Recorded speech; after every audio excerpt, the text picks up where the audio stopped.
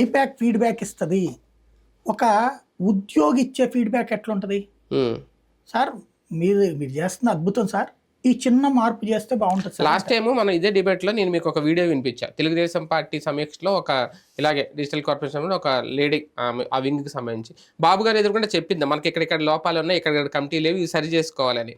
అలాంటి సమీక్షలో అధికారంలో ఉన్న వైసీపీలో జరగఉండవా, జరగలేదా, జరిగితే ఆయన తీసుకోలేదా? నేను చెప్తున్నది అదే, ప్రతిపక్షం వేరు అధికార పక్షం వేరు అంటున్నా. ప్రతిపక్షంలో ఉన్నప్పుడు ఆ లెక్క ఉంది. ఇక్కడ వీళ్ళకి కూడా అదే చెప్పారు, పార్టీ పరమైన ఐపాక్ కోడ్. ఇదిగో మీది అదే కదా జగన్ చెప్పింది, ఈ నియోజకవర్గంలో ఈ ఎమ్మెల్యే సీన్ తక్కువ ఉంది, ఈ ఎమ్మెల్యే సీన్ తక్కువ ఉందని.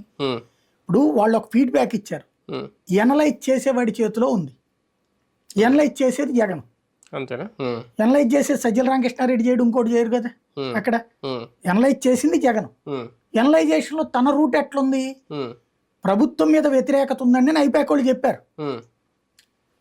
వాళ్ళు ఏమని చెబుతారు, మీ మీద కాదు సార్ ఎమ్మెల్యేల మీద అంటారు.